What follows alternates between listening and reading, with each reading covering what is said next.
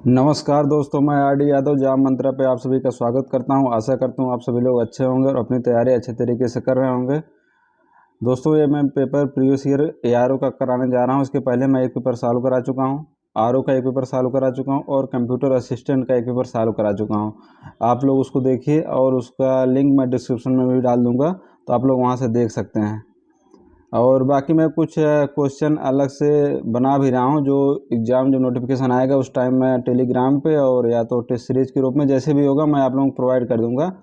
वही क्वेश्चन कराऊंगा जो एग्ज़ाम में आने लायक हो। ऐसा नहीं है कि हम कोई और अलग से क्वेश्चन कराने लगे, टफ टफ क्वेश्चन देने लगे जो एग्ज़ाम से कोई मतलब ही नहीं है।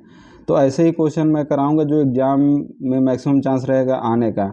वैसे क्वेश्चन मैं सिलेक्ट कर रहा हूँ, थोड़ा टाइम लग रहा है, अभी मेरे पास टाइम भी थोड़ा कम है तो सिलेक्ट करने में टाइम लगता है।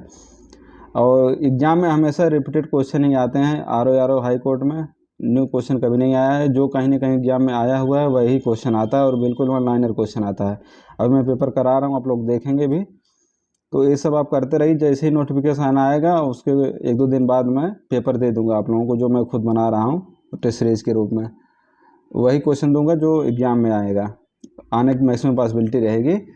क्योंकि यहाँ एग्ज़ाम RO बहुत टफ एग्ज़ाम नहीं, वन लाइनर एग्ज़ाम होते हैं, वन लाइनर क्वेश्चन आते हैं, सिंपल क्वेश्चन आता है। आप लोग जैसा भी हो प्रीवियस ईयर क्वेश्चन करते रहिए, जो भी प्रीवियस ईयर, किसी भी एग्ज़ाम का प्रीवियस ईयर, क्योंकि हमेशा प्रीवियस ईयर क्वेश्चन ही उठा के दिया जाएगा, कोई न्यू क्वेश्चन नहीं बनेगा। तो इसको ध्यान रखिए। बाकी मैं पूरा 200 क्वेश्चन आज करा देता हूँ। ARO का है 15 दिसंबर का और सेकंड शिफ्ट का पेपर है, यहाँ लिखा भी ARO 15 दिसंबर second shift assistant review officer का। तो आप लोग यहाँ देख सकते हैं। आज वे करा रहा हूँ, उसके बाद फिर नेक्स्ट कोई और पेपर मैं लेके करा दूंगा। इसमें पहला क्वेश्चन है, निम्न में प्रत्येक संख्या के सभी अंकों का योग करने पर सबसे बड़े योग का वर्ग क्या होगा। इसमें सभी संख्या का योग करना है और उसमें सबसे बड़े योग का वर्ग क्या होगा। ये सिंपल क्वेश्चन रीजनिंग का है, आप लोग इसको सिंपल कर सकते हैं। जैसे इसका अंकों का योग करना है तो 2 + 6 + 3 11 हो गया, 3 + 4 + 7 14 हो गया, 8 + 3 + 5 8 3 11 5 16 16 हो गया, और 4 + 9 + 2 15 हो गया। तो सबसे बड़े योग का वर्ग क्या होगा। ये 16 सबसे बड़ा है, इसका सबसे बड़ा योग का वर्ग क्या होगा 256। 16 का स्क्वायर कितना होगा 256। ये सब स्क्वायर और क्यूब रूट मैक्सिमम याद करके रखिए आप। स्क्वायर कम से कम 25 तक याद होना चाहिए और क्यूब रूट भी याद कर लीजिए, कम से कम 11 12 13 14 15 तक याद कर लीजिए। और स्क्वायर रूट कम से कम 25 तक याद करके रखिए। जैसे 21 का स्क्वायर, 22 का स्क्वायर, ये सब आता रहता है रीजनिंग में, आप आगे भी देखेंगे कहीं ना कहीं आया होगा। तो 256 हो गया। नेक्स्ट क्वेश्चन है, what will be in place of question mark. इसमें क्या आएगा क्वेश्चन मार्क जगह। इसको सॉल्व करने का मेन, आप पहले इसकी नंबरिंग याद कर रखें। ए का क्या होगा, बी का क्या होगा, सी का क्या होगा, टी का क्या होगा। जैसे यहाँ पे क्या हो रहा है, आप इसको नंबरिंग करेंगे, 2 होगा, जी का 7 होगा, ई का 5 होगा, वाई का 25 होगा, टी का 20 होगा। तो आप एक चीज़ यहाँ पे अगर आपको नंबरिंग याद रहेगी तो आपको तुरंत आइडिया लग जाएगा इसमें क्या फॉलो हो रहा है। अब आप यहाँ पे देखेंगे 20 और 25 और 2 27, और ये हमेशा अपोजिट है। ये जब योग 27 आ जाए तो समझिए अपोजिट संख्या है, अपोजिट वो है, अपोजिट लेटर है। अब यहाँ देखिए 20 और 7 27, ये भी अपोजिट है, GT। अब 5 का अपोजिट क्या होगा 22, 5 और 22 जोड़ेंगे 27 आएगा। 22 किसका होता है, V क्या होता है, तो यहाँ पे आंसर V आएगा, 4 सही होगा। लेकिन आपको इसको याद करके रखना होगा तभी आ पाएगा जल्दी से। हमेशा याद करके देखिए। जैसे मैं याद किया था कुछ बता भी दे रहा हूँ। जैसे 14 नवंबर, तो एन क्या हो गया 14। अब इसी हिसाब से 15 हो जाएगा, ओ हो जाएगा। तो ऐसे मैंने याद कर रखा है। जैसे 22 हो गया, बी के अपोजिट वाई, अपोजिट याद करने का तरीका था। बी के अपोजिट वाई 2 और वाई का कितना होता है 15, 27 हो गया। 6 सी और एक्स अपोजिट होते हैं, 6 सी और एक्स अपोजिट हैं, 2 3 और 24। इसी तरीके से जी टी रोड बोलते हैं ना, जी कितना हो गया 7, टी कितना हो गया 20, GT 6 22। ऐसे अपोजिट मैंने याद कर रखा था। और JQ DW ऐसे अपोजिट याद करें। एक और अपोजिट है, जैसे आप लोग बहुत यूज किए होंगे, लव। एल का अपोजिट ओ होता है, वी का अपोजिट ई होता है, ऐसे भी याद कर सकते हैं। एल और ओ, वी और ई अपोजिट है। एल का कितना होता है 12, ओ का 15, वी का 22, ई का 5। एक ये होगा अपोजिट, एक ये अपोजिट हो गया, 6 हो गया, जी टी हो गया, डी डब्ल्यू हो गया, बाई हो गया। तो ऐसे ऐसे अपोजिट आप याद कर सकते हैं।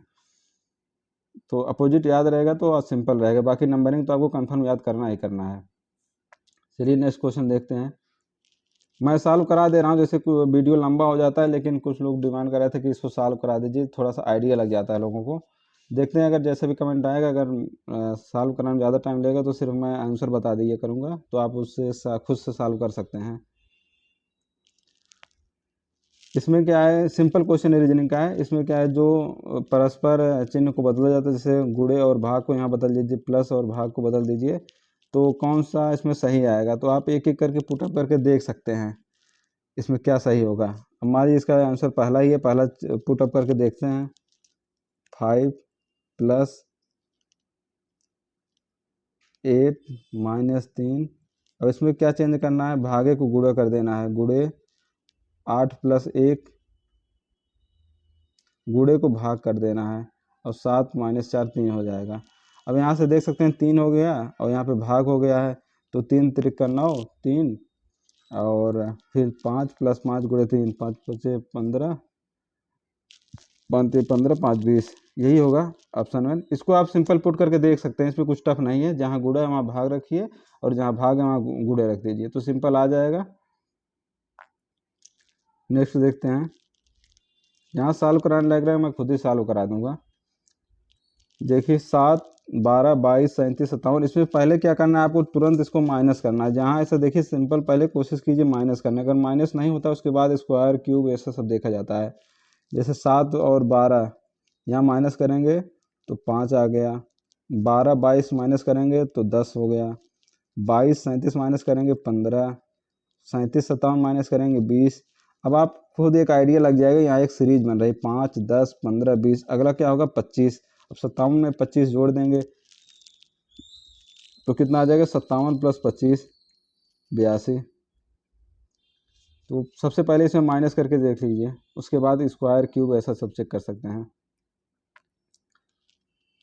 अगला है कि इसमें निम्न आकृति को बनाने के लिए न्यूनतम सरल रेखाओं की आवश्यकता होगी। ऐसे क्वेश्चन भी आते हैं और ऐसे ट्रायंगल गिनने के लिए भी आता है। इसमें ट्रायंगल सिंपल आते हैं, जैसे आप ऐसे कर दिए, ऐसे कितने ट्रायंगल बनेंगे, ऐसे कुछ मेन है, इन सबको याद कर लेंगे तो ज़्यादा बेटर रहेगा। इस सस्सी में आए हुए हैं सब क्वेश्चन, ये सब यही सब आता है, कितने ट्रायंगल बनते हैं इसमें, एक ही आता है। तो ऐसे सिंपल आते हैं। इसमें लाइनिंग का है तो लाइनिंग आप सिंपल गिन सकते हैं, इसमें कितनी लाइनिंग बनेगी। एक लाइनिंग 1 2 3 4 5 6 7 8 9 10 11,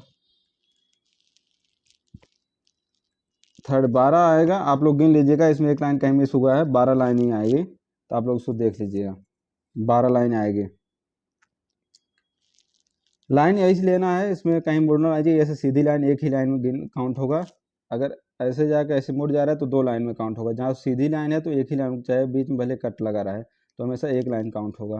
इसमें 12 लाइन आएगा, आप लोग देख गिन लीजिएगा, सिंपल है। दिए गए अनुक्रम में ऐसे कितने अक्षर हैं जिनमें से प्रत्येक के ठीक पहले एक संख्या और ठीक बाद एक चिन्ह। जैसे इन सबको करने के लिए 2 बार कम से कम कर लिए। जैसे मेरा 11 है, अभी मैं 11 टिक भी कर सकता था, लेकिन टिक इसलिए नहीं करेंगे क्योंकि 12 और 13 भी ऑप्शन दिख रहा है। तो इसको क्या करेंगे, थोड़ी देर में एक बार और रिवाइज करके चेक कर लेंगे, कहीं 12 तो नहीं आ रहा है, 13 तो नहीं आ रहा है, कहीं लाइन मिस तो नहीं हो रहा है। तो आप ऐसे चेक कर सकते हैं। दिए गए अनुक्रम में ऐसे कितने अक्षर हैं जिनमें से प्रत्येक के ठीक पहले एक संख्या और ठीक बाद एक चिन्ह है। प्रत्येक के पहले एक संख्या है, उसके ठीक बाद एक चिन्ह है। तो चलिए देखते हैं। ठीक पहले एक संख्या आनी चाहिए, ठीक बाद उसके बाद एक चिन्ह आना चाहिए। अच्छा, ठीक पहले एक संख्या उसके बाद एक चिन्ह, जैसे कि यहाँ पे है, पहले संख्या उसके बाद एक चिन्ह है। अब संख्या डायरेक्ट चेक कर लेंगे या चिन्ह चेक कर सकते हैं। आप चिन्ह देखेंगे उसके पहले यहाँ पे कोई संख्या ही नहीं है, यहाँ भी कोई नहीं है, तो सिंपल एक आ जाएगा। प्रत्येक ठीक पहले एक संख्या, ठीक पहले एक संख्या और ठीक बाद एक चिन्ह, यहाँ पे फुलफिल हो रहा है तो एक बन रहा है, एक ही है। इसका आंसर हो जाएगा सेकंड। अब 224 इसका क्या होगा, यहाँ पे रीजनिंग और मैथ मिक्स एक दो क्वेश्चन एआरओ में आता है, ये 2-3 क्वेश्चन आ जाते हैं। तो आप इसको कैसे सिंपल तरीका है इसको करने का, इसको एक वैल्यू के बराबर लेंगे, a/6 बराबर b/10 बराबर c/4 इक्वल टू आप के कर सकते हैं। के करेंगे तो a बराबर कितना आ जाएगा 6 के, b बराबर 10 के और c बराबर 4 के। आप इन सबको ऐड कर दीजिए, यहाँ पे add a plus B plus C, 6 4 10 10 10 20 के और c की वैल्यू कितना है, c की वैल्यू 4 के, तो के से के कट गया और 4 पचे 20, ये हो गया सेकंड। आप इसको ऐसे कर सकते हैं।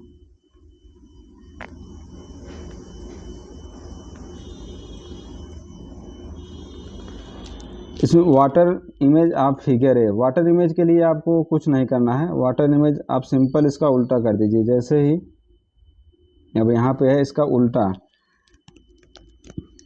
लेफ्ट राइट चेंज नहीं करना है, ऊपर का नीचे, नीचे का ऊपर चला जाएगा। जैसे यहाँ पे ये तो ठीक था, ये इन्होंने तीर का इधर कर दिया, ये नहीं हो सकता, ये भी नहीं हो सकता, ये होगा।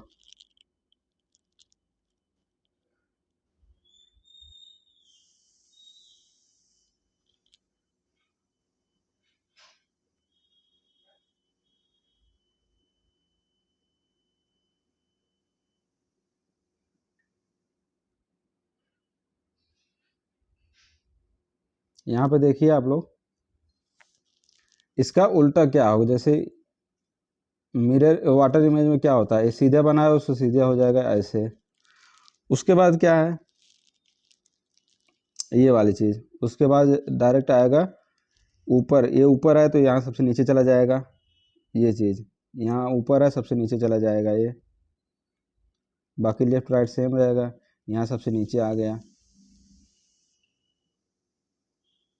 फिर उसके बाद ये आ जाएगा, ये सबसे नीचे है तो सबसे ऊपर चला जाएगा। तो आप देख सकते हैं ऐसे वाटर इमेज बनता है, जो सबसे ऊपर है वो सबसे नीचे चला जाएगा।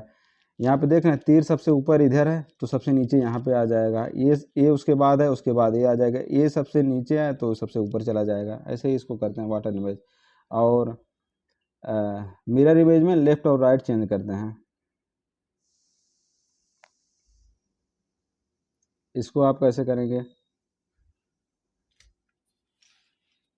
अगर इसका सिंपल तरीका देखा जाए जो ट्रेडिशनल मेथड है, इसका औसत कैसे निकालते हैं, सबका योग 12 प्लस टोटल संख्या 17 प्लस 16 प्लस एक्स और कितनी संख्या है 4, इसको ऐड करेंगे 12 17 प्लस 16 तो ये हो जाएगा 7 7 2 9 6 15 45, 45 प्लस एक्स, औसत कितना दिए 15, 45 प्लस एक्स बटे 4 बराबर 15, 45 प्लस एक्स बराबर 60। एक्स की वैल्यू हमें पता चल गई, एक्स की वैल्यू कितना आ जाएगी 15, हमें एक वैल्यू पता चल गई, एक्स बराबर कितना आ गया 15। अब हमारे लिए चीज़ें आसान हो गई, अब यहाँ एक्स की वैल्यू रखेंगे वाई का मान आ जाएगा। अब इसके लिए क्या करना पड़ेगा आपको, 18 इसका औसत निकालना, 18 प्लस 11 प्लस 16, एक्स का मान मैंने निकाल चुका हूँ 15 और वाई का मान निकालना है। कितनी संख्या है 1 2 3 4 5 और इधर औसत कितना है 13, 13 पचे 65 हो जाएगा और इन सबको जोड़ देंगे तो आपको वैल्यू पता चल जाएगी, वाई बराबर कितना आ जाएगा 5, पहला ऑप्शन सही होगा। औसत का है, एवरेज का है, सिंपल क्वेश्चन है। रीजनिंग में एक दो क्वेश्चन रहेगा ही रहेगा, 2-3 क्वेश्चन आ जाते हैं, मतलब आरओ में नहीं आया था, आरओ को मैंने पेपर सॉल्व कराया था। इसको देखेंगे, ये सिंपल फार्मूले बेस पे है, A square plus B square minus 2ab, तो इसका फार्मूला क्या बनता है a माइनस बी का होल स्क्वायर। यहाँ a क्या है 387, b क्या है 369, घटा देंगे 18 आएगा, 18 का स्क्वायर कर देंगे कितना हो जाएगा 324। ऐसे ऐसे सिंपल क्वेश्चन है, आप लोग इसको देख सकते हैं।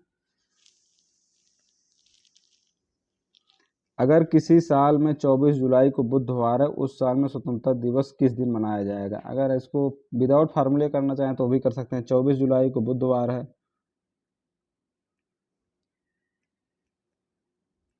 बुधवार, क्या करेंगे? 7 जोड़ देंगे, क्या आ जाएगा? 31। 31 को भी क्या पड़ेगा? बुधवार।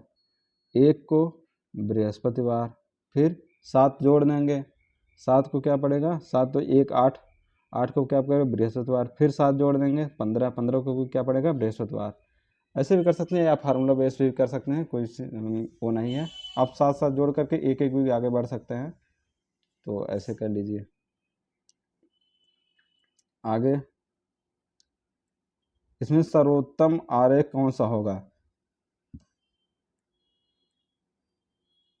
महिलाएं, माँ अभियंता, सेल टूसू आर्गन, चिड़िए, पक्षी और पक्षी, चूहे।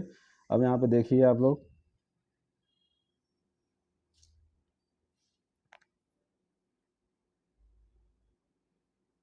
यहाँ पे पहला ऑप्शन सही है। जैसे यहाँ पे अगर ये माँ है और ये कितनी टोटल क्या है? महिलाएं। सभी महिलाएं तो माँ नहीं हो सकती हैं, तो यहाँ पे माँ हो गया, इतना माँ हो गया, ये महिलाएं हो गई। और अभियंता, इंजीनियर इतने हैं। इंजीनियर कुछ माँ भी हैं और कुछ महिलाएं भी हैं, या महिलाएं हैं जो अभी माँ नहीं बनी हैं, तो ये तो इसी में आ जाएगा। और ये हो जाएगा जो माँ भी हैं, इंजीनियर भी हैं, तो पहला ऑप्शन हो जाएगा सही, महिलाएं, माँ और अभियंता।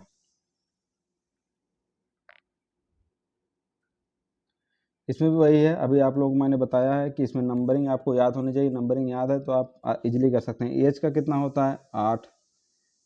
पी का कितना होता है? एक एक मैं लेके चल रहा हूँ। अब एक्स का कितना होता है? 24। अब देखना यहाँ पे एक सीरीज बन रही है, 8 16 8 24, 24 8 32, 32, 32 क्या बन रहा है? 32 बन रहा है, तो क्या कर पाएंगे इसमें? 32, 32 क्या होगा? 26 लास्ट होता है। 32 में से 26 घटा देंगे, 6 बचेगा। 6 किसका होगा? एफ का। एफ का इसमें 1 है, यहाँ भी एफ है, यहाँ भी एफ है, तो इसलिए डिसाइड, अच्छा ये ई है, यहाँ एफ है, तो यही हो जाएगा। अगर घटना जैसे 32 पहुंच गया, अब हमें पता नहीं 32 किसका होगा, तो तुरंत क्या करेंगे? 26 में से घटा देंगे, 6 आ गया। 6 किसका होता है? एफ का। मुझे याद है, ऐसे आप लोग भी याद कर लेंगे तो आराम से हो जाएगा।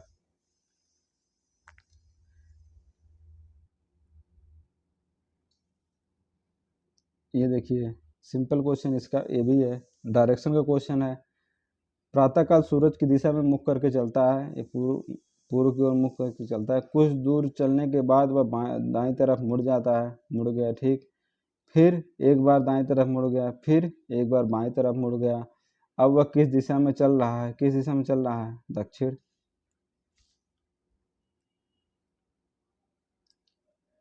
एक तो इसका फार्मूला है, अगर समय 3:40 पर घंटे और मिनट की सुई, एक सिंपल फार्मूला है, इसको आप लोग याद कर लीजिए, 60H minus 11m/2, simple formula है। अब एच में जगह घंटे को रखिए, एम की जगह मिनट को रखिए, दोनों साइड माइनस हो सकता है, इसका मतलब ये होता है 60 × 3 माइनस 11 × 40, 440/2, तो कितना हो गया? 440 माइनस 180, 0 14 में से 8 गए 6, 3 में से 1 गए 2, 260/2, 130 है, 130, तो सेकंड ऑप्शन सही हो जाएगा। ये फार्मूला आप लोग याद कर लीजिए, 60H माइनस 11m/2, ये एंगल निकालने के लिए होता है। ये क्वेश्चन है, यदि 10 वस्तुओं का विक्रय मूल्य, थोड़ा बहुत मैथ आता है तो आप लोग थोड़ा बहुत मैथ पढ़ते रहिए, सिंपल क्वेश्चन आता है। जैसे 10 वस्तुओं का विक्रय मूल्य 15 वस्तुओं के क्रय मूल्य के बराबर है, तो लाभ प्रतिशत क्या होगा? 10 वस्तुओं का विक्रय मूल्य, एसपी सेलिंग प्राइस, 15 वस्तुओं को क्रय मूल्य के बराबर सेलिंग कास्ट प्राइस क्या होगा? 15 वस्तुओं क्रय मूल्य के बराबर है। इसको आप ऐसे कर दीजिए, CP/SP 10/15। अब क्या करेंगे?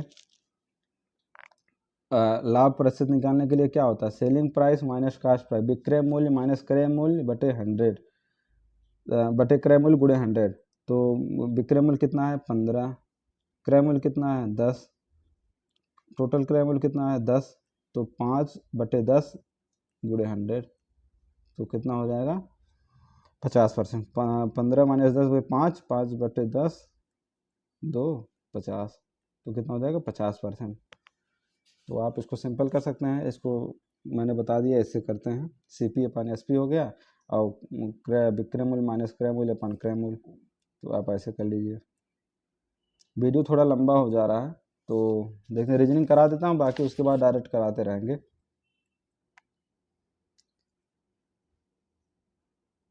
इसमें क्या है देखिए,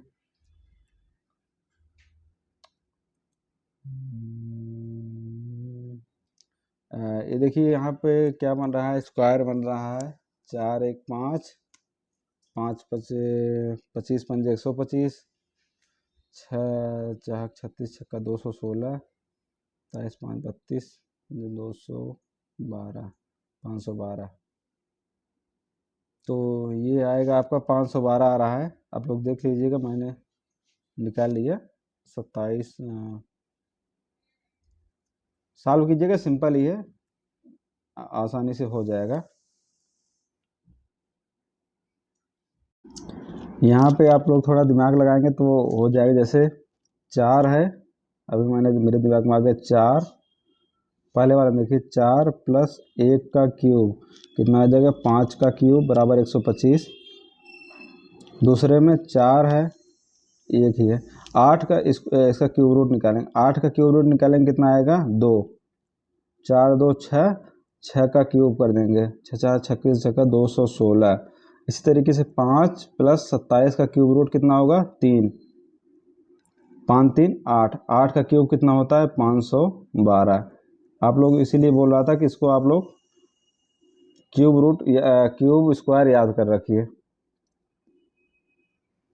यहाँ पे देखना सारा वही है, इससे मुझे आइडिया इसलिए लगा क्योंकि यहाँ पे देखना 125 से क्यूब है, ये भी क्यूब है, अगला भी क्यूब ही आएगा। क्यूब यहाँ पे सिर्फ 2 हो रहे थे, एक 512 एक 729, ये 8 का क्यूब है, ये 9 का क्यूब है। तो आप ऐसे भी देख सकते हैं, इसका क्यूब रूट लेना है, इसका क्यूब रूट लेना है, इसका क्यूब रूट लेना है और ऐड करके क्यूब कर देना है। नेक्स्ट क्वेश्चन, एक संख्या को 5 से भाग देने पर शेष 4 बचता है, इस संख्या को 5 से भाग देने पर कितना शेष बचेगा। इसका भी आंसर 1 आता है, कैसे होगा, इसमें हमेशा यही 5 से भाग देने पर 4 शेष बचता है, इससे डायरेक्ट 4 से भाग दे दीजिए, 4 1 के 4, 1 आ जाएगा। तो डायरेक्ट यही ट्रिक है, तो आप डायरेक्ट भाग दे दीजिए जितना दिया गया है। अगर ऐसे अपने मन से सोच पाते हैं आप कि क्या करें, कैसे भाग दें, और ऐसे नहीं कर पाना तो अगर आप सोच पाते हैं, जैसे किसी संख्या को 5 से भाग देने पर 4 शेष बचता है, 4 शेष बच रहा है 5 से भाग देने पर, अब आपको ऐसे करना पड़ेगा, 5 से भाग देने पर 4 शेष बच रहा है, तो 5 चौक 20 गुणा कर दीजिए, उसमें 4 ऐड कर दीजिए, 24 हो गया। अब इसको भाग देंगे, 4 शेष बच गया। अब फिर 24 आ गया, इस संख्या के वर्ग का 24 का वर्ग का भी 5 भाग देंगे तो भी शेषफल 1 ही आएगा। तो आप ऐसे डायरेक्ट कर सकते, 5 का भाग देने पर 4 शेष बचता है, तो इसी को डायरेक्ट भाग दे दीजिए आप, तब भी आंसर आ जाएगा। अगर नहीं कर पा रहे हैं तो उसको थोड़ा दिमाग लगाएंगे, तो पहले एक संख्या निकाल लीजिए, जैसे मैंने इसको निकाले 24 मेरा कैसे आया, 5 से भाग देने पर 4 शेष बच रहा है। अब इसको थोड़ा करा देते हैं, 5 से भाग देने पर 4 शेष बच रहा है, तो जब आंसर याद करते हैं तो 5 चौक 20, 20 और 4 शेष बच रहा है, तो 24 यहाँ पे कर देंगे, फिर भाग दे देंगे, 24 संख्या आ गई, इसका स्क्वायर करने पे 5 से भाग दे दीजिए तब भी आ जाएगा, या तो डायरेक्ट कर दीजिए। अब ये क्वेश्चन है, ये थोड़ा सा ट्रिकी क्वेश्चन है, आप लोग इसको भी कर सकते हैं। जैसे 100 मीटर की दौड़ में अरुण विजय को 20 मीटर या 5 सेकंड से हरा देता है। 100 मीटर की दौड़ है,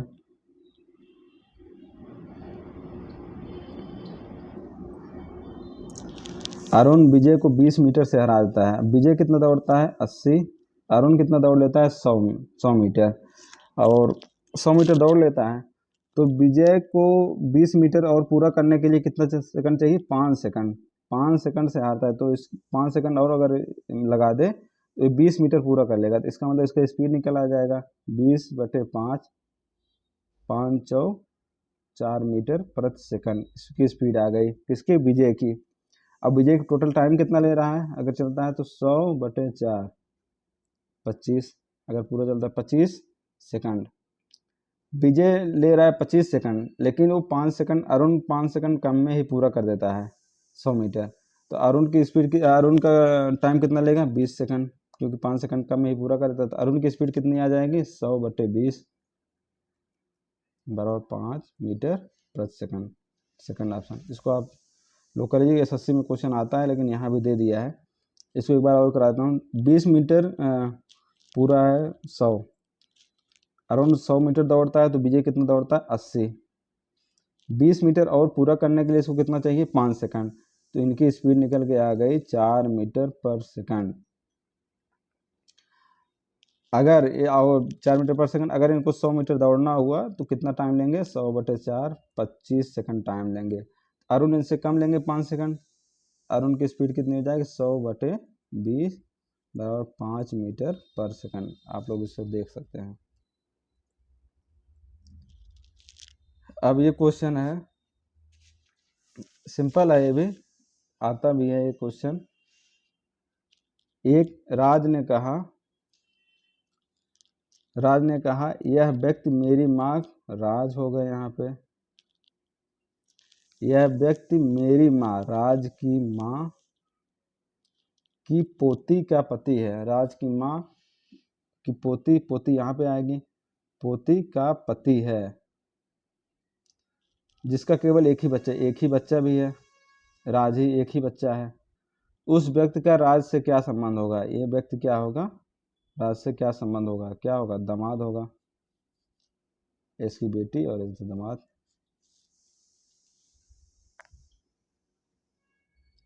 अब ये क्वेश्चन है, नंबर में बोला था आप लोग याद कर जैसे 26 आया, 26 कैसे आया, अगर इसको ऐड करेंगे, a बराबर 1, t कितना होता है 20 और e कितना होता है 5, टोटल ऐड कर देंगे कितना आ जाएगा 26। ऐसे CHAIR ऐड करेंगे 39 आएगा। ऐसे ही F ऐड कर देंगे 6 18, O कितना होता है 15, Z कितना होता है 26, E कितना होता है 5, ऐड करने पर कितना आ जाएगा 70। सिंपल नंबर याद है तो तुरंत ऐड कर सकते हैं। दो व्यक्तियों के मासिक आय का अनुपात 4:5 है। उन दोनों व्यक्तियों के मासिक खर्च का अनुपात 7:9 है। यदि प्रत्येक व्यक्ति हर माह 5,000 बचाता है तो कितना बचाएगा। देखिए दोनों व्यक्ति मासिक आय क्या है। अगर मान लीजिए इसको सिंपल करना चाहें, मासिक आय का अनुपात 4:5 मासिक आय है, इनकम हो गया ये, और एक्सपेंडिचर हो गया 7/9।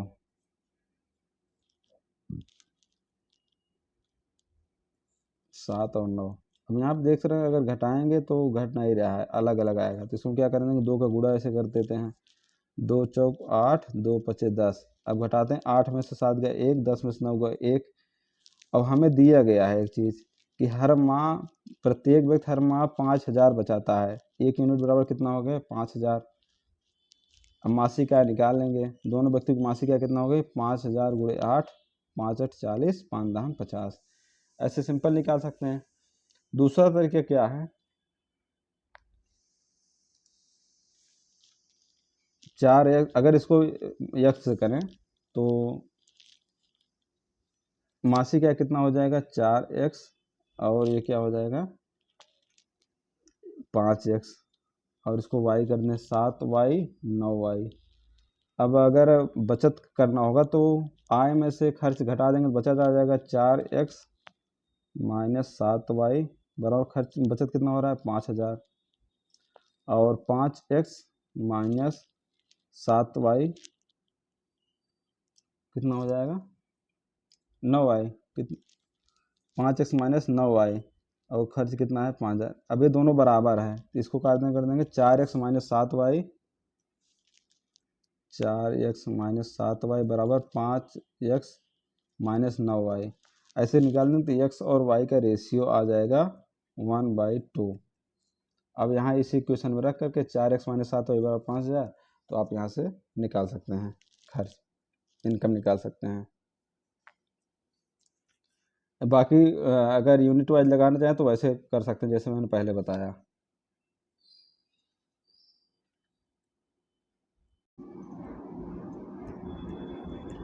अगला क्वेश्चन है, विजेंद्र की धनराशि 12.5 दर से साधारण ब्याज पर लगे कितने वर्षों पश्चात यह धनराशि 3 गुना हो जाएगी। मान लीजिए प्रिंसिपल पहले कितना था, P था, अब कितना हो गया 3P अमाउंट हो गया, अमाउंट 3P हो गया, प्रिंसिपल P है। और इसके बाद इंटरेस्ट कितना हुआ, इंटरेस्ट कितना मिलेगा 2P। अब फार्मूला लगा देंगे 2P बराबर P गुणे 12.5 गुणे T बटे 100। P से कट गया तो यहाँ से T के मान निकाल लेंगे, 16 वर्ष आ जाएगा।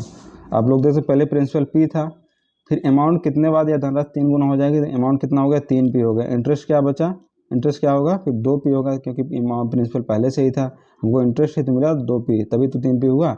अब इसके बाद डायरेक्ट फार्मूला लगा देंगे P × R × T बटे 100।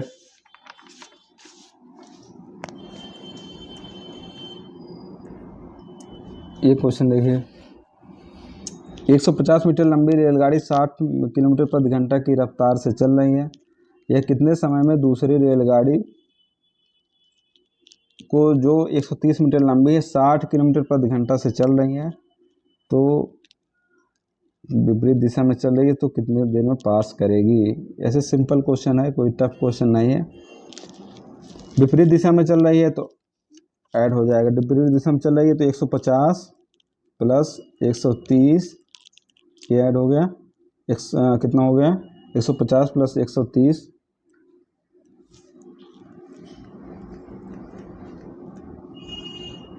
बटे स्पीड ऐड करने, क्योंकि विपरीत दिशा में चल रहा है 60 60 120, और इसको क्या कर देंगे मीटर पर सेकंड बदलने के लिए डिवाइड कर देंगे 5/18। तो वैसे आप कर सकते हैं, फिर 6 × 18 20, और उसको आप पूरा कर देंगे 20 × 5 100, 280 × 3 बटे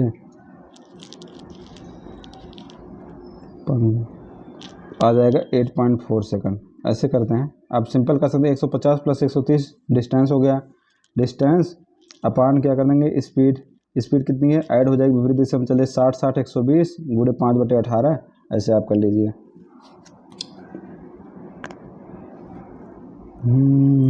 अगला क्वेश्चन है, एक वस्तु को 1920 रुपये में बेचने पर जो लाभ प्रतिशत प्राप्त होता है उसी वस्तु को 1280 में बेचने पर हानि प्रतिशत के बराबर है, तो वस्तु को किस मूल्य बेचने पर 25% लाभ होगा।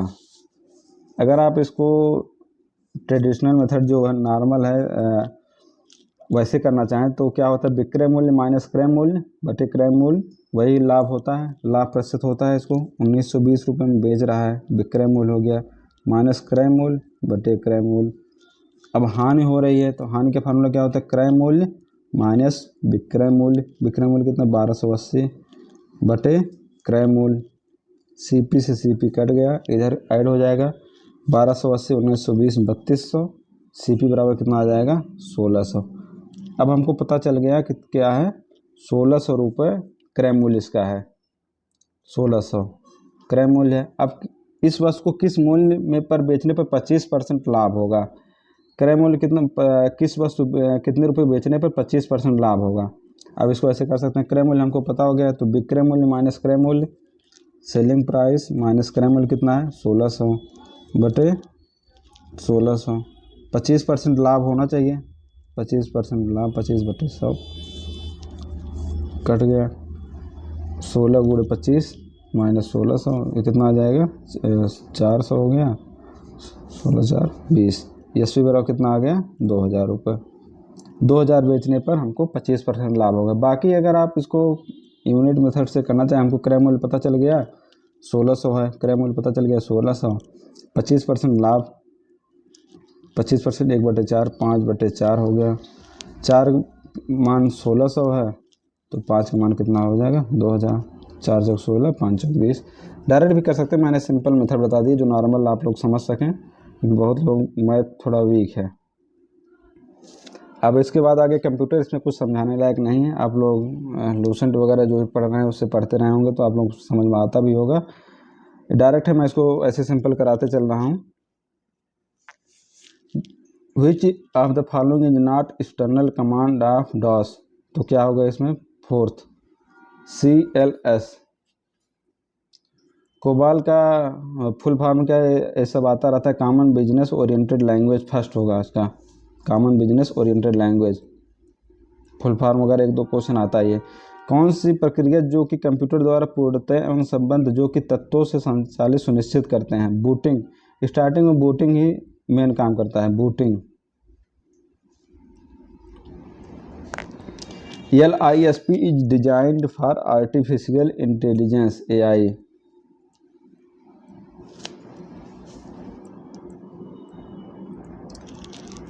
डोस में DIR command is used to, किस लिए होता है, display to list of file.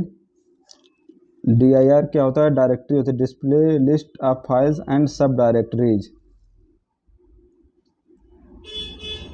Main application area of LGOL is, इसमें क्या होगा, इंजीनियरिंग वैज्ञानिक साइंटिफिक होगा इसका आंसर। 2 या 2 से अधिक प्रोग्रामों के सहकालिक प्रविधि को अनेक प्रक्रियाओं का प्रसंस्करण क्या होता है, फोर्थ मल्टी प्रोसेसिंग। 2 या 2 से अधिक प्रोग्राम हो रहे हैं तो उसको क्या बोलते हैं, multi processing. Which of the following is are function of operating system, तीनों होता है, user interface, file system manipulation, resource allocation. RTOS stand for real time operating system, real time operating system इसका आंसर होगा।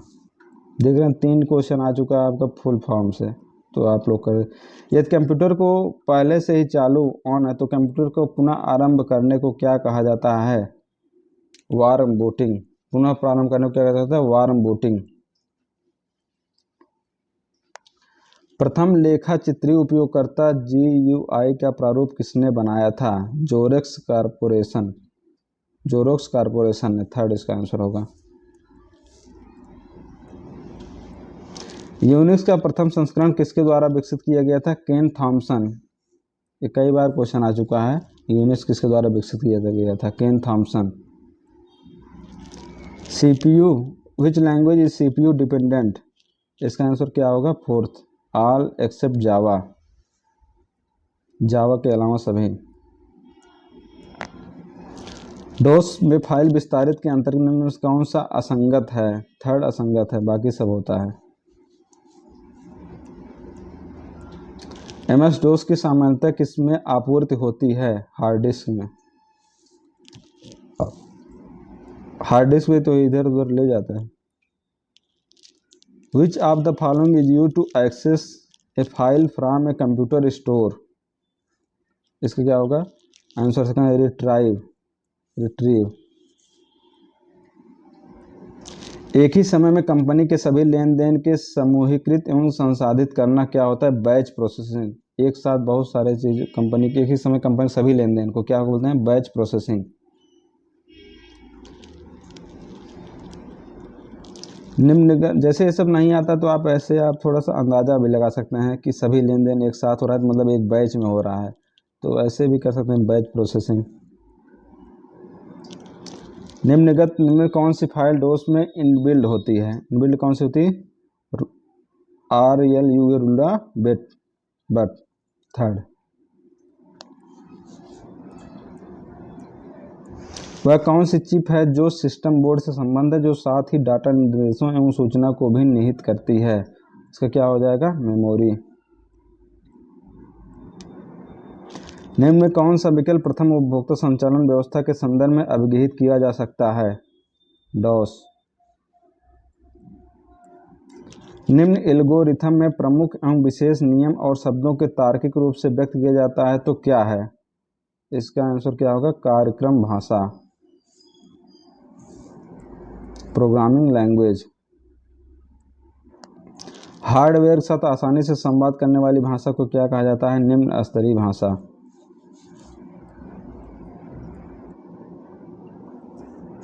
इसके बाद English के question 10 question आते हैं। तो अभी इस बार तो पैटर्न नहीं चेंज होना चाहिए, अगर चेंज भी होता है तो 10 के बदले कुछ क्वेश्चन बढ़ सकते हैं, 15 से 20 हो सकता है। फनी क्या क्या होता है? ह्यूमरस। तो डिलीजेंट का क्या होगा? Third, hard working. डिलीजेंट मतलब मेहनती, हार्ड वर्किंग यहाँ पे आ जाएगा। Funny, humorous type. Hit the sack क्या हो जाएगा इसका? Go to sleep. Hit the sack मतलब गो टू स्लीप, सोने जाना, बेड पर जाना। ये इडियम है, इडियम आता है। इडियम और इसके वन वर्ड और सिनोनिम एंटोनिम के लिए ब्लैक बुक आती है एसएससी के लिए, ब्लैक बुक। उसमें क्या है, हर चैप्टर के, जैसे इडियम का चैप्टर हो गया, वन वर्ड सब्स्टिट्यूशन का चैप्टर हो गया, सिनोनिम का चैप्टर, एंटोनिम चैप्टर हो गया, उसमें 3-4 पेज दिया गया है जो एसएससी में कम से कम 2 बार से अधिक आया हुआ है। कोई 9 बार आया, कोई क्वेश्चन 8 बार आया, 7 बार आया। ऐसे क्वेश्चन हर चैप्टर में कम से कम 200 क्वेश्चन है। वही अगर आप याद कर लेते हैं तो उतने से इसमें काम बन जाएगा। जो रिपीटेड एसएससी क्वेश्चन होता है वही SCRO में आता है। अगर आपके पास ब्लैक बुक हो या मार्केट में कहीं सेकंड हैंड हो तो ले सकते हैं, या किसी के पास हो तो फोटो खींच लीजिए, वहाँ से कर लेंगे तो आपका ये 100% हो जाएगा, क्योंकि एसएससी में रिपीटेड क्वेश्चन ही आता है जो एसएससी में आया हुआ है। तो वहाँ से आप इसको कर सकते हैं, one word, idiom, synonym, antonym. जैसे ये है प्रोमुलगेट, सिनोनिम पूछा है, इसका क्या हो जाएगा? एनंसिएट मतलब अनाउंस करना, उल्लेख करना, प्रोमुलगेट मतलब। मिंडेसियस, करेक्ट एंटोनिम। मिंडेसियस क्या होता है? झूठा, झूठ। तो इसका एंटोनिम क्या होगा? स्कारप्लस मतलब ईमानदार। डिसऑनेस्ट वही हो गया, फैलेसियस वही हो गया। तो आप वहाँ से कर लीजिएगा। आई इंटर्ड द रूम क्वाइटली, जहाँ एल वाई लग जाता है वो एडवर्ब होता है। एक ट्रिक भी है, आप नाउन के साथ ये एल वाई लग गया तो वहाँ बन जाता है एडवर्ब। ये सिंपल ट्रिक है, इसको भी आप याद कर सकते हैं। एल वाई लगते ही एडवर्ब हो जाता है। They dived the pool and swam, इसमें क्या होगा? They dived into the pool and swam across to the other end. Second,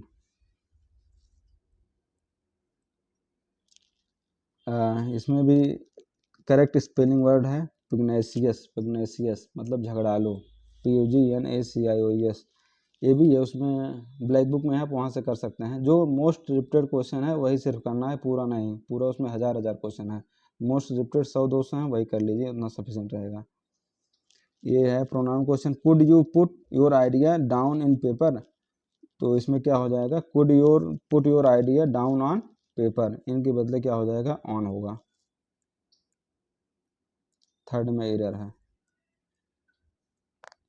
someone who is bit independence in thought and action, जो independent अपनी बात रख सके कुछ, तो क्या होता है? मूवरिक मतलब स्वतंत्र विचारों वाला।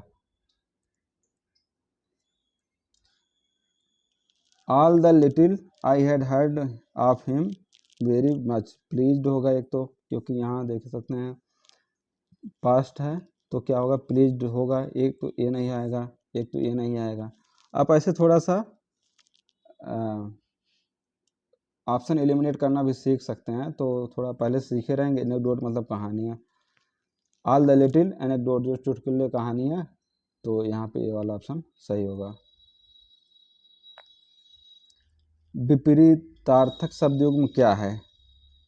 दर्प, घमंड, कनक, कर्ण, सोना, परावर। तो इसमें क्या हो जाएगा? थर्ड हो जाएगा, ग्रस्त का मुक्त। काफ़ी टाइम भी हो गया, 40 मिनट हो गए। अभी तो रीजनिंग, कंप्यूटर, इंग्लिश हुआ है। थोड़ा आप जल्दी जल्दी कराते हैं। बीता हुआ वाक्य खंड के लिए एक शब्द क्या है? अतीत। बीता हुआ खंड के लिए एक शब्द क्या होगा? अतीत होगा। हिंदी सिंपल आती है, हिंदी के लिए मैंने पहले ही बताया, आप उसका ले सकते हैं। लूसेंट वगैरह कर सकते हैं, या तो आदित्य पब्लिकेशन कर सकते हैं। अगर ये भी नहीं है तो आप 2-3 पेपर देख लीजिए, जो चैप्टर है मेन चैप्टर, आप उसको यूट्यूब से सर्च करके कर लीजिए। हर चैप्टर का 1-1 घंटे का वीडियो देख लीजिए, उससे भी हो जाएगा। जैसे विलोम का देख लीजिए, वाक्यांश के लिए एक शब्द का देख लीजिए, पर्यायवाची देख लीजिए, तो ऐसे आराम से मुहावरे का देख लीजिए, वाक्य का देख लीजिए, तो आराम से यूट्यूब वीडियो से भी कर सकते हैं आप।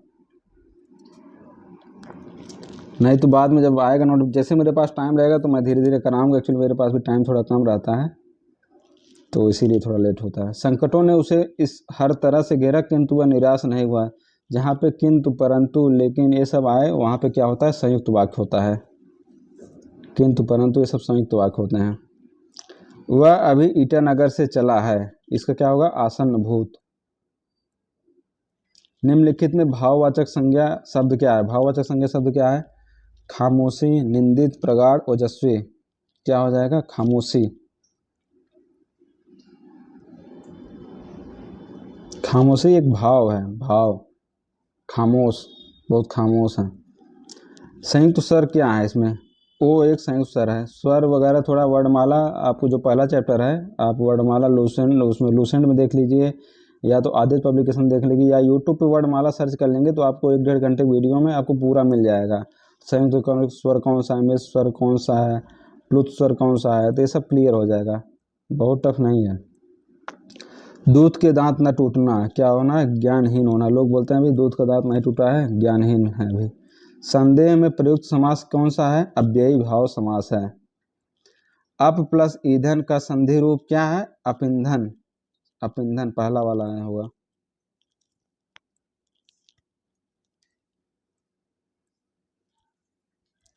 जिस काम पर लगाया जाए उस पर लगा रहने वाला, जो उसी काम पर लगा दिए उसी पर लगे रहे तो क्या होते हैं? कर्मठ। झूमर नृत्य किस देश का है? झूमर कहाँ का है? हरियाणा का है। झूमर हरियाणा का, इसको आप लोग याद कर लीजिए, झूमर हरियाणा का। ये किसमें अब चल रहा है? पॉलिटी का क्वेश्चन आ गया, यहाँ पे देख सकते हैं पॉलिटी। ऐसे वहाँ पे सीरियल वाइज भी था, पॉलिटी का अलग क्वेश्चन था, रीजनिंग का अलग, हिंदी का अलग। भारत प्रारंभ में भारतीय संविधान में कितने भाग में विभाजित किया गया था? पहले कितना था? 22 भाग में। प्रारंभ 22 भागों में विभाजित था। और कितने अनुसूचियाँ थी? 8 अनुसूचियाँ थी। अभी कितनी अनुसूचियाँ हो गई हैं? 12। राज्यसभा के सभापति के चुनाव कौन करता है? लोकसभा और राज्यसभा के सभी सदस्य। पॉलिटिक्स एकदम सिंपल क्वेश्चन आते हैं, सब देख सकते हैं आप, ये सब हर एग्जाम में आया हुआ है, वही यहाँ पे पूछा गया, कोई अलग क्वेश्चन नहीं पूछा गया है। ऐसे ऐसे क्वेश्चनों की मैं सीरीज बना रहा हूँ जो कई बार आ चुके हैं, वैसे ही क्वेश्चन मैं टेस्ट सीरीज भी बनाऊंगा, तो अगर टाइम मिलता है तो बनाऊंगा, बाकी टेलीग्राम वगैरह कोशिश करूँगा सॉल्व कराने का। 11 दिसंबर 1946 को संविधान सभा का अस्थायी अध्यक्ष कौन था? डॉक्टर राजेंद्र प्रसाद। आप कोई से भी ऑब्जेक्टिव बुक लेंगे तो ये सब क्वेश्चन 100% मिलना ही मिलना है, उसमें समय दिया, क्योंकि ये सब क्वेश्चन बहुत रिपीटेड हो गया, कम से कम 50 बार आ चुके हैं हर एग्जाम, एसएससी, रेलवे, बैंक, जो भी एग्जाम हुआ। वैट सबसे पहले किस राज्य में लागू किया गया था? वैट सबसे पहले हरियाणा में लागू किया गया था। कथक नृत्य से संबंधित हैं गोपी कृष्णन, पहला वाला सही होगा। भारतीय संविधान में संघवाद किस देश से लिया गया? संघवाद किस देश से लिया गया है? कनाडा से। अब जो संविधान के स्रोत है आप उसको पढ़ सकते हो, उसमें सीधा सीधा ये सब क्वेश्चन है। संघवाद कहाँ से लिया गया है? एकल नागरिकता कहाँ से लिया गया है? इमरजेंसी कहाँ से लिया गया है? प्रार्थना समाज का संस्थापक कौन था? आत्माराम पांडुरंग। ये कब किया था? 1867 में। आत्माराम पांडुरंग 1867 में स्थापना किए थे। एक लोकसभा अध्यक्ष अपने इस्तीफे को किसको सौंपता है? लोकसभा अध्यक्ष अपने इस्तीफे को किसको देता है? Deputy speaker.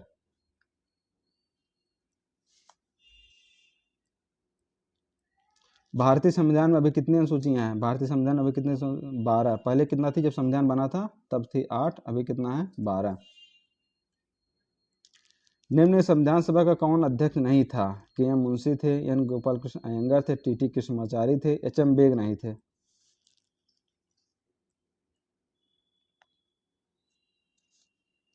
ग्रामीण क्षेत्र में नगरीय सुविधाएं PURA, ये भी कई बार क्वेश्चन आ चुका है, इसको अटल बिहारी कौन, अब्दुल कलाम ने स्टार्ट किया था, पूरा पूरा मॉडल।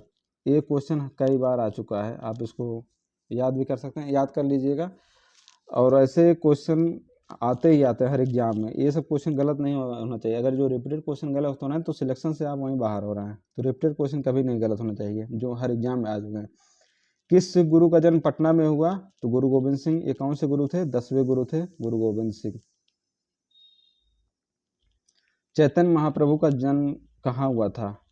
तो ये कहाँ हुआ था? नावद्वीप। नावद्वीप कहाँ पे है? अब पता नहीं होगा अब अगले क्वेश्चन में आ जाएगा कहीं कि नावद्वीप न दे, स्टेट का नाम दे दे। तो नावद्वीप कहाँ था?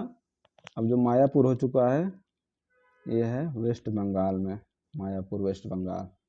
चैतन्य महाप्रभु का जन्म कहाँ हुआ था? वेस्ट बंगाल में। नावद्वीप दिया है। राजस्थान पंचायती राज किस वर्ष लागू? 1959। ये तो हजारों बार आ चुका है। और कौन था? पंडित जवाहरलाल नेहरू। स्वतंत्र भारत के राज्यसभा का प्रथम अध्यक्ष कौन था? स्वतंत्र भारत के प्रथम राज्यसभा के अध्यक्ष कौन थे? डॉक्टर सर्वपल्ली राधाकृष्णन प्रथम अध्यक्ष। और लोकसभा के कौन था? वासुदेव मावलंकर।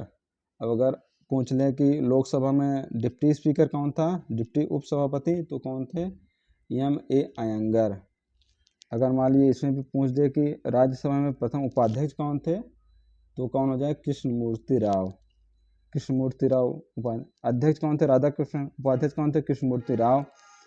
और लोकसभा में अध्यक्ष कौन थे?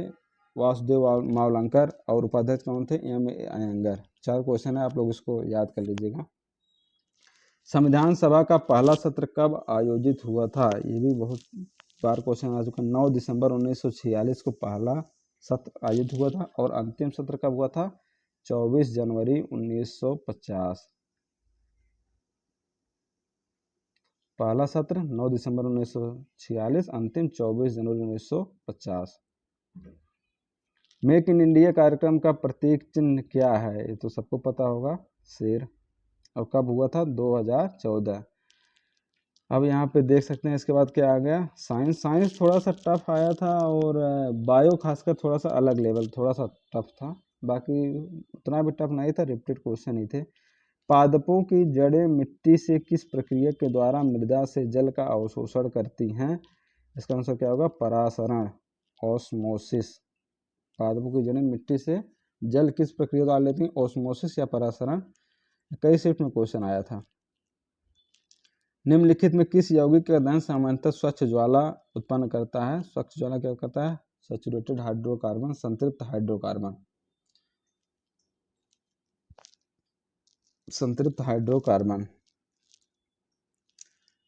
तापदीप लैंप फिलामेंट किसका, जैसे जो बल्ब होते हैं उसमें फिलामेंट किसका यूज होता है? टंगस्टन। ये भी क्वेश्चन कई बार आ चुका है, टंगस्टन का यूज होता है। इसका टेम्परेचर भी पूछा जाता है कई बार। कायिक प्रवर्धन में नव पादपों के निर्माण हेतु किससे समझ, जो नव नए पादप बनते हैं, नए पौधे बनते हैं कायिक प्रवर्धन में, जो तना काट कर लगाते हैं उसमें, तो इसमें क्या होता है? तना, जड़ें और पत्तियों से। तना, जड़ें और पत्तियों से, 4th ऑप्शन। ए बी और बी दो बिंदुओं के बीच समांतर तरीके से दो उपकरण जुड़े हुए हैं, दोनों बिंदुओं के बीच भौतिक मात्रा। ये समानांतर और पैरेलल हमेशा क्वेश्चन आते हैं, और लोग इसमें गलती भी करते हैं। समानांतर में क्या बराबर होता है? वोल्टेज, और पैरेलल में धारा।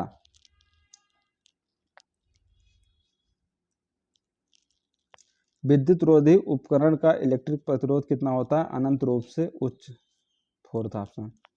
ये सब फिजिक्स का क्वेश्चन है।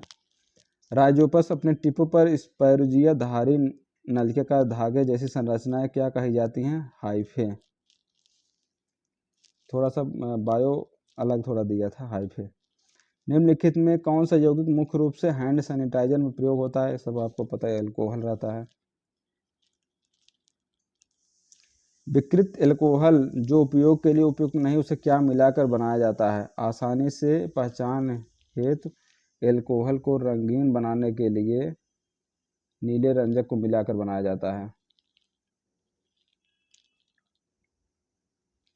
पुतली के आकार को नियंत्रित करने वाला डायफ्राम क्या होता है? पुतली के आकार को कौन नियंत्रित करता है? आइरिस, 3rd होगा। जैसे ये सब क्वेश्चन आई क्या है, आई क्या प्रॉब्लम होता है, तो आप एक यूट्यूब पे वीडियो डाल के सर्च करिए आई क्या, तो उसमें सारा आधे घंटे में सब बता देंगे। पुतली का क्या काम है, आइरिस का क्या काम है, डायफ्राम क्या करता है। अगला क्वेश्चन है, निकट दृष्टि दोष और दूर दृष्टि दोष को क्रमशः किस उपयोग द्वारा सही किया जा सकता है? निकट दृष्टि दोष, ऐसे आपको इसमें कंफ्यूजन भी होता है। निकट दृष्टि दोष लिखा गया मतलब निकट का दिखता है, दूर का नहीं। दूर दृष्टि दोष में मतलब दूर का दिखता है, नजदीक का नहीं। निकट दृष्टि दोष में क्या लगाते हैं? अवतल लेंस। दूर दृष्टि दोष में क्या लगाते हैं? उत्तल lens.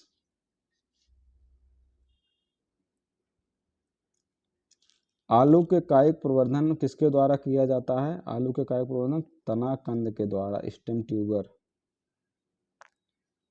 The seed that contains the future plant is called, क्या होता है जो फ्यूचर, द सीड क्या करते हैं, एम्ब्रायो, जिसे क्या कहता है फ्यूचर प्लांट। ऐसे बीज जिनमें भावी पादप निहित हो उन्हें क्या कहा जाता है? एम्ब्रायो। वह पदार्थ जिसमें बड़ी मात्रा में धारा को प्रवाहित किया जाता है वह क्या कहलाता है? चालक, जिसमें धारा को प्रवाहित किया जाता है। वनस्पति प्रवर्धन पादप क्या होते हैं? आनुवंशिकी रूप से समान होते हैं। वह अक्रिय गैस जो हवा में नाइट्रोजन की जगह गहरे समुद्र में गोताखोरों द्वारा सांस लेने के प्रयुक्त किया जाता है? हीलियम। किसी वस्तु का चिन्ह आंख के किस भाग पर बनता है? रेटिना। टाइम थोड़ा मेरे पास कम नहीं तो ये सब क्वेश्चन मेरे नोट में सारे क्वेश्चन लिखे गए हैं। जहाँ सब मैं पढ़ा था तो वहाँ सब ये सब क्वेश्चन कराया हुआ है, एक एक क्वेश्चन। तो टाइम कभी मिलेगा तो मैं अपना नोट से सॉल्व करा दूंगा एक बार। हाँ, देखते हैं, टाइम निकालेंगे आप लोगों के लिए, कुछ ना कुछ करेंगे। अभी तो नेक्स्ट मंथ से कुछ करूँगा, नोटिफिकेशन आने के बाद थोड़ा इसमें मैं टाइम ज़्यादा दूंगा, या किसी को और मैं रखूँगा थोड़ा इस पर कराने के लिए। हिस्ट्री का क्वेश्चन इसके बाद आ गया, गौतम बुद्ध की किस घटना से भारतीय कला में पहिया और हिरण दर्शाया गया है? ये सब जब सारनाथ में जब उपदेश दिए थे उस टाइम का पहिया और हिरण से दर्शाया गया। पहला उपदेश सारनाथ वाराणसी में जो दिए थे। दिल्ली के कुवत उल इस्लाम मस्जिद के परिसर में खड़ा हुआ प्रसिद्ध लौह स्तंभ क्या है? चंद्रगुप्त ने बनवाया था। अभी तक उसमें जंग नहीं लगा, शायद ऐसा है, इसलिए फेमस है। एशिया का प्रकाश किसे कहा जाता है? गौतम बुद्ध को कहा जाता है। भारत के राष्ट्रीय पंचांग किस संवत युग पर आधारित है? किस पे आधारित है? शक संवत पर आधारित है।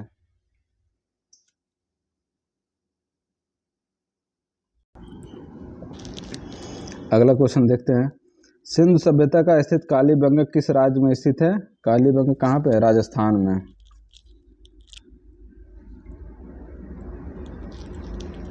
महरौली दिल्ली में स्थापित लौह स्तंभ किस शताब्दी का बना हुआ है? लौह स्तंभ अभी बताया था चंद्रगुप्त का, एक ही शताब्दी 5वीं शताब्दी का बना हुआ है। इस आज़ाद हिंद फौज का गठन किस में हुआ था? आज़ाद हिंद फौज का गठन कहाँ हुआ था? सिंगापुर में हुआ था। ये क्वेश्चन कई बार आ चुका है। सारे क्वेश्चन जो आए सब रिपीट क्वेश्चन, कहीं ना कहीं आए, कोई नया क्वेश्चन नहीं है। चरक प्रसिद्ध दरबारी कार्य चिकित्सक किसके थे? कनिष्क के। इसको मैंने ऐसे याद किया था, क चरक कनिष्क। पुस्तक चरक संहिता किससे संबंधित है? चरक संहिता किससे संबंधित? चिकित्सा शास्त्र से। चिकित्सा शास्त्र। निम्न में किसने अश्वमेध यज्ञ का आयोजन कराया था? समुद्रगुप्त ने। अश्वमेध यज्ञ का आयोजन समुद्रगुप्त ने कराया था। नंद वंश का संस्थापक कौन था? नंद वंश संस्थापक कौन सा? महापद्मनंद। नंद वंश संस्थापक कौन था? महापद्मनंद। प्रथम यूरोपियन कौन था जिसने आर्यों को एक प्रजाति के रूप में अवगहित किया? आर्यों को एक प्रजाति के रूप में अवगहित किया मैक्स मूलर ने। निम्नलिखित में किसने एक ने यह प्रस्तुत किया कि भाग्य प्रत्येक चीज को निर्धारित करता है, मनुष्य शक्तिहीन। इसने भाग्य को ही सब कुछ माना, बोला भाग्य ही सब कुछ है, जो है वो सब भाग्य है, आजीवक। निम्नलिखित में कौन दिल्ली सल्तनत का मुखिया बनने वाला एकमात्र परिवर्तित भारतीय मुसलमान था? नसीरुद्दीन खुसरो खान। Second option, Nasiruddin Khusro Khan. भारत छोड़ो आंदोलन कब किस में चला गया? 8 अगस्त 1942 को।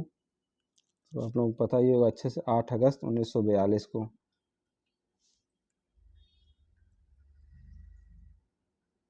अखिल भारतीय मुस्लिम लीग की स्थापना कब हुई थी? 1906 में। अखिल भारतीय मुस्लिम लीग की स्थापना 1906 में।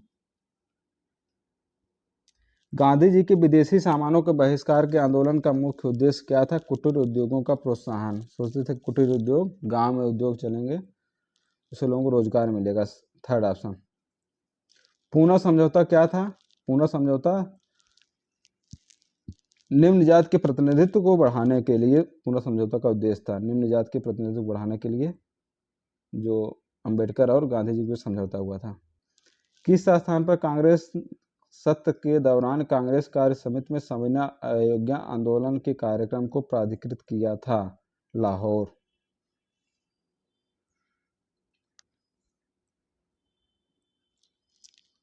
निम्नलिखित में किस एक आंदोलन के लिए महात्मा गांधी ने करो या मरो का नारा दिया था? भारत छोड़ो आंदोलन, जो 8 अगस्त 1942 को हुआ था। प्रसिद्ध पंक्तियों में सारे जहां से अच्छा हिंदुस्तान हमारा को लिखा है मोहम्मद इकबाल ने। थर्ड।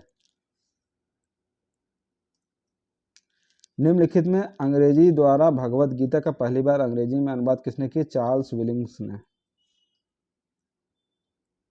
जयप्रकाश नारायण किस दल से नहीं जुड़े थे? अखिल भारतीय किसान सभा से नहीं जुड़े थे, बाकी सभी कांग्रेस से कहीं न कहीं जुड़े हुए थे, बाकी सभी से जुड़े हुए थे। भारत में सिविल सेवा का पिता किसे कहा जाता है? चार्ल्स कॉर्नवालिस को। आप इतना क्वेश्चन देख लें, सब वन लाइनर क्वेश्चन, कोई टफ क्वेश्चन नहीं है। महात्मा गांधी ने नमक सत्याग्रह आंदोलन महात्मा गांधी के नमक सत्याग्रह आंदोलन को किसने नेतृत्व किया था? सरोजिनी नायडू ने नेतृत्व किया था। ये कब कब चला था? 12 मार्च 1930 को स्टार्ट हुआ था। डेट भी पूछते हैं, 12 मार्च 1930 से, और कब तक चला था? 5 अप्रैल 1930 तक चला था। आप डेट भी याद कर लीजिए। गांधी जी के बाद ये सरोजिनी नायडू ने लीड किया था इसको। गदर आंदोलन कब भंग हुआ था? गदर आंदोलन 1948 में भंग हुआ था।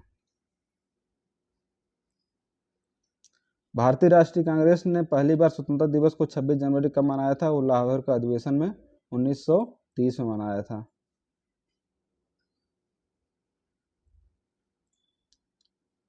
स्वराज किसने कहा था? स्वराज मेरा जन्मसिद्ध अधिकार है। बाल गंगाधर तिलक ने कहा था स्वराज मेरा जन्मसिद्ध अधिकार है।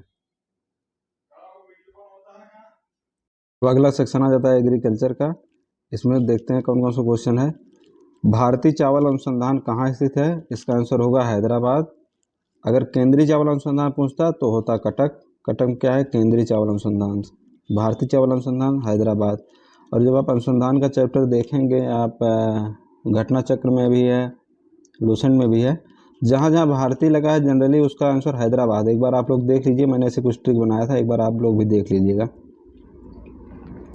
मृदा नमी तनाव प्रत्यक्ष रूप से मापा जाता है। मृदा नमी तनाव किससे मापा जाता है? टेंसियोमीटर से। सरकार की कौन सी एजेंसी विभिन्न कृषि उत्पादों के कोट निर्धारण और उन्हें मानकीकृत करने से संबद्ध है? तो क्या है? विपणन और निरीक्षण निदेशक, directorate of marketing and inspection. ऊंट फसल के नाम से क्या जाना जाता है? ऊंट फसल के नाम से ज्वार। ज्वार क्या है? ऊंट फसल। निम्नलिखित में कौन सी हरित क्रांति के दौरान लाई गई कृषि विधि का घटक नहीं रहा है? तो इसमें क्या हो जाएगा? निम्नलिखित में से कौन से हरित क्रांति के दौरान लाई गई कृषि विधि का घटक नहीं रहा है? तो इसका आंसर होगा अधिकतम कीमतों की गारंटी। निम्नलिखित में से कौन सा समानांतर फसल का उदाहरण है? समानांतर फसल क्या होता है? जो एक साथ किया जाता है, जैसे गेहूं और सरसों समानांतर फसल है। लुप्त प्राय पक्षी भास ने अमूर्त सांस्कृतिक विरासत की यूनेस्को सूची में प्रवेश किया है। यह किस देश से संबंधित है? किस देश से संबंधित है? तुर्की से। तुर्की। तो एग्रीकल्चर में करंट से रिलेटेड ही मैक्सिमम क्वेश्चन दिया है, जो करंट से रिलेटेड ही था। राष्ट्रीय कृषि ग्रामीण विकास बैंक नाबार्ड की स्थापना किस वर्ष हुई? ये बहुत फेमस क्वेश्चन, कई बार आ चुका है। 1982 में हुई है। अगर किस पंचवर्षीय योजना में हुई तो आंसर क्या होगा? 6। ऐसा भी क्वेश्चन कई बार आया है, किस पंचवर्षीय योजना में नाबार्ड की स्थापना हुई थी? 1982 में और 6 पंचवर्षीय योजना में।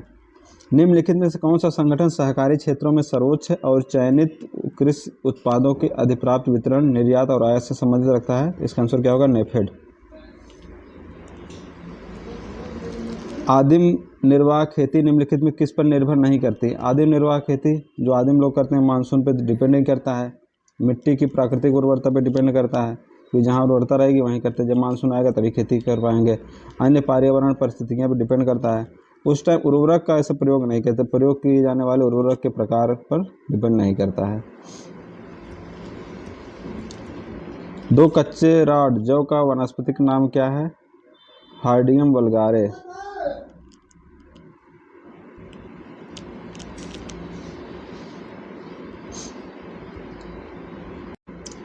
डॉक्टर एम एस स्वामीनाथन ने में से किस क्षेत्र में स्वयं को प्रतिष्ठित किया? डॉक्टर एम एस स्वामीनाथन किससे संबंधित है? कृषि से। नीति आयोग कब अस्तित्व में आया? तो नीति आयोग 1 जनवरी 2015 को अस्तित्व में आया था।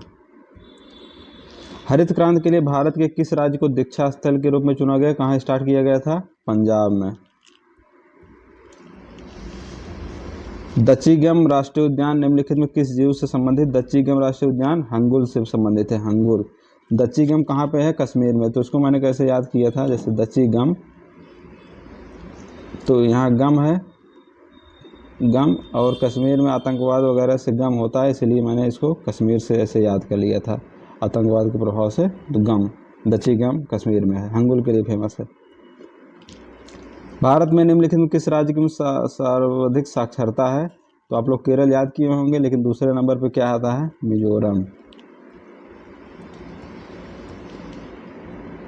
केरल में 94% है, मिजोरम में 91% है। निम्नलिखित में कौन सा एंथ्रोपोजेनिक बायोम का उदाहरण है? फसल भूमि, पावरप्लांट एंथ्रोपोजेनिक बायोम का उदाहरण है। भारत में प्रोजेक्ट टाइगर किस वर्ष आरंभ किया गया? प्रोजेक्ट टाइगर 1973 में आरंभ किया। सब क्वेश्चन कई बार आ गया है। जैसे वन्यजीव संरक्षण कब आरंभ किया गया, हाँ, प्रोजेक्ट एलिफेंट कब आरंभ किया गया, ऐसे ऐसे क्वेश्चन याद कर लीजिए ईयर वाइज। पिन घाटी राष्ट्रीय उद्यान कहाँ स्थित है? पिन घाटी राष्ट्रीय उद्यान कहाँ है? हिमाचल में।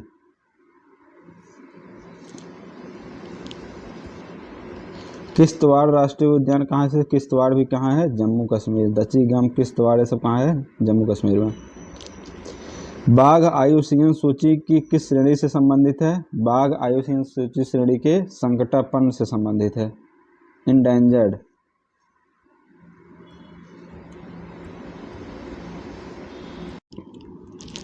भारत में रामसर अभिसमय की सूची, रामसर कंजर्वेशन में कितने हैं भारत के? 46। अब लगभग शायद 78 के आसपास हो गए। आप लोग चेक करिए, करंट से रिलेटेड क्वेश्चन था, इसलिए एग्रीकल्चर में आया था। विश्व जैव विविधता दिवस कब मनाया जाता है? विश्व जैव विविधता दिवस 22 मई को मनाया जाता है। 22 मार्च क्या है? विश्व जल संरक्षण दिवस होता है 22 मार्च को। निम्नलिखित में कौन सा जीव सर्वाधिक अवधि तक बिना जल ग्रहण किए जीवित रह सकता है? तो आप लोग ऊँट टिक करेंगे, लेकिन ये गलत है। सबसे ज़्यादा रहता है कंगारू चूहा। भारत की 1/3 भाग से अधिक जनसंख्या किन राज्यों में संकेंद्रित है? इसको आप लोग कर सकते थे। उत्तर प्रदेश, बिहार, महाराष्ट्र, सबसे ज़्यादा जनसंख्या यहीं पे है। फर्स्ट ऑप्शन सही होगा। भारत का प्रथम राष्ट्रीय समुद्री मरीन कंजर्वेशन सेंटर कहाँ है? मरीन बायोडायवर्सिटी कहाँ पे है? ये भी करंट के रिलेटेड क्वेश्चन था, एक जामनगर में है। करंट से रिलेटेड ही क्वेश्चन था। एग्रीकल्चर में जनरली करंट से रिलेटेड ही क्वेश्चन आता है। वैश्विक तापन का परिणाम क्या है? वैश्विक तापन का परिणाम है समुद्र स्तर में बढ़ोतरी। किस उद्योग में संलग्न श्रमिकों में साइटोसिल्कोसिस बीमारी होती है? साइटोसिल्कोसिस बीमारी किसमें होती है? जो सीमेंट के कारखाने होते हैं उसमें साइटोसिल्कोसिस बीमारी होती है। किसने बताया था सूर्य के चारों तरफ दीर्घवृत्त स्वरूप में, न कि वृत्ताकार स्वरूप में? तो ये किसने बताया था? केपलर ने बताया था। शनि ग्रह का सबसे बड़ा चंद्रमा का नाम क्या है? शनि ग्रह का सबसे बड़ा चंद्रमा का नाम टाइटन। गनीमीड किसका है? बृहस्पति का। यूरेनियम का सबसे बड़ा उत्पादन कहाँ से होता है? तो कजाकिस्तान। फिक्स क्वेश्चन है ये सब। कब संपूर्ण पृथ्वी पर दिन और रात समान होते हैं? तो विषुव के दिन। आप इंग्लिश में थोड़ा सा आइडिया लगाते, इक्वल लिखा है, दिन और रात बराबर इक्वल, EQU, और कहीं नहीं है, तो इससे भी एक थोड़ा आइडिया लग सकता था। विषुव के दिन जिसको नहीं आता है। निम्नलिखित में कोयला का एक प्रकार नहीं है। कोयला के इसमें कौन सा प्रकार नहीं है? सीडेराइट कोयला का प्रकार नहीं है। गॉड पार्टिकल क्या है? God particle Higgs boson. God particle is Higgs boson. निम्नलिखित में कौन सी एक संकल्पना ब्रह्मांड की उत्पत्ति की व्याख्या करता है? बिग बैंग सिद्धांत। अभ्रक का सबसे बड़ा आरक्षित रिजर्व किस देश में है? अभ्रक सबसे बड़ा ज़्यादा कहाँ पाया जाता है? सबसे ज़्यादा भारत में पाया जाता है।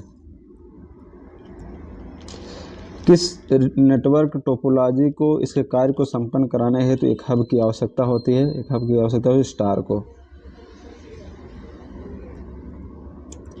किस ग्रह के चंद्रमा का नाम गैनीमीड है? बृहस्पति ग्रह के चंद्रमा का नाम गैनीमीड है। लव निष्कर्षण होता है हेमेटाइट से। लव निष्कर्षण हेमेटाइट से होता है। सौर मंडल का सबसे छोटा ग्रह क्या है? बुध।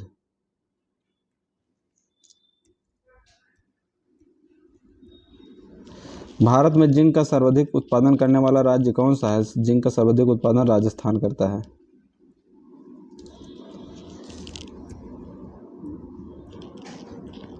निम्नलिखित में सर्वाधिक बड़ा तारामंडल से संबंध क्या है? तारामंडल संबंध क्या है? हाइड्रा।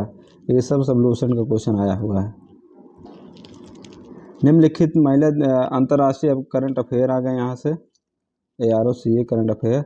तो करंट अफेयर आप लोग पढ़ लीजिए। करंट अफेयर में अभी से करंट से कोई रिलेशन नहीं है, ये सब पुराने क्वेश्चन हो चुके हैं। एक बार आप लोग देखना चाहें तो देख सकते हैं वीडियो पॉज करके। अंतर्राष्ट्रीय महिला दिवस पर किस देश द्वारा लैंगिक असमानता को मानने के हित प्रस्ताव का विमोचन किया है? इसका आंसर मालदीव था, मालदीव। तो आप ऐसे देख सकते हैं इसमें क्या क्या क्वेश्चन आया था उस टाइम के 2022 के। सुचारू रूप से कार्य करने लगा INS विक्रांत, ऐसे ऐसे क्वेश्चन आए थे। एक बार आप लोग इसको देख लीजिएगा।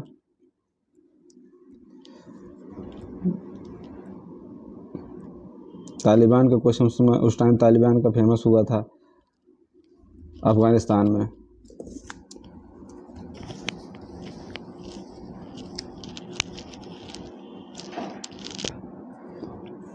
नवंबर 2020 में किस देश द्वारा समूह G20 का गठन कब 1500 आया? सऊदी अरब। अब भारत में हो रहा है अभी लेटेस्ट। ओलंपिक पदक कितने जीते थे? उस टाइम का क्वेश्चन है, ये सब आप करंट का क्वेश्चन देख सकते हैं। साहित्य नोबेल पुरस्कार किसे प्रदान किया गया है? तूफान कौन सा आया? ऐसे ऐसे क्वेश्चन आते हैं, आप करंट का आप देख सकते हैं करंट के कैसे क्वेश्चन आते हैं। काकोरी ट्रेन षड्यंत्र का नाम चेंज किया गया, यूपी में चेंज किया गया था। हिमालय किसके मध्य जोजिला सुरंग का निर्माण करती है? सोनमर्ग और द्रास। भारतीय रेलवे ने किस शहर में पहला विश्व स्तरीय रेलवे स्टेशन बनाया है? भोपाल में। अब इसके बाद आ गए यूपी के करंट। यहाँ यूपी से रिलेटेड यहाँ पे आ गए। यहाँ पे देख सकते हैं ARO यूपी 15 दिसंबर। उत्तर प्रदेश के निम्नलिखित में से किस शहर में प्रसिद्ध कोकिलावन मंदिर स्थित है? कोकिलावन मंदिर कहाँ है? मथुरा में। निम्नलिखित में से उत्तर प्रदेश के किस शहर में महाराजा सुहेलदेव मेमोरियल की नींव रखी गई? ये कहाँ नींव रखी गई है? बहराइच में।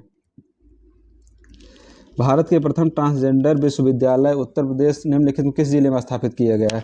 ये उस टाइम करंट के क्वेश्चन थे। करंट का क्वेश्चन ही जनरली यूपी GK में आता है।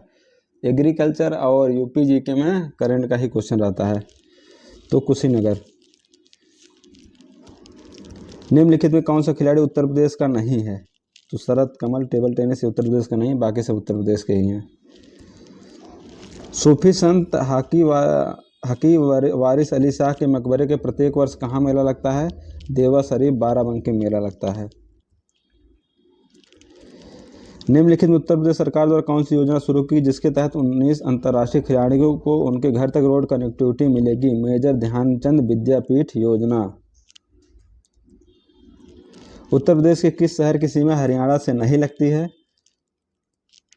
इसका आंसर होगा बुलंदशहर की सीमा हरियाणा से नहीं लगती है। उत्तर प्रदेश में लोकसभा निर्वाचन क्षेत्रों की कुल संख्या कितनी है? 78।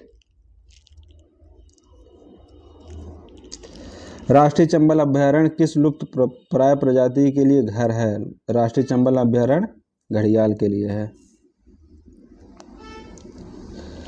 निम्नलिखित में किस मुगल शासक की बेगम का मकबरा मरियम-उज़-ज़मानी सिकंदरा में स्थित है? तो अकबर की बेगम का मकबरा सिकंदरा में स्थित है। पंडित दीनदयाल उपाध्याय पशु चिकित्सालय कहाँ पे है? मथुरा में स्थित है। ये सब करंट का क्वेश्चन था। उत्तर प्रदेश प्राथमिक शिक्षा के लिए स्कूल चलो अभियान कब प्रारंभ किया गया था? ये किया गया था 2000 में। आप लोग पूरा क्वेश्चन इसको सॉल्व करके देखिए कितने आ रहे हैं। जनरली लूसेंट से ये सब क्वेश्चन आए हुए हैं। ललित कला संस्थान उत्तर प्रदेश कहाँ पे स्थित है? ललित कला संस्थान उत्तर प्रदेश का लखनऊ में स्थित है। निम्नलिखित में किस मुगल सराय रेलवे जंक्शन का नाम क्या रखा गया? पंडित दीनदयाल उपाध्याय जंक्शन। ये सब सारा करंट का क्वेश्चन है। यहाँ तक पूरा हुआ, पूरा 200 क्वेश्चन मैंने करा दिया करंट करके छोड़ करके, क्योंकि करंट कराने का कोई मतलब नहीं था।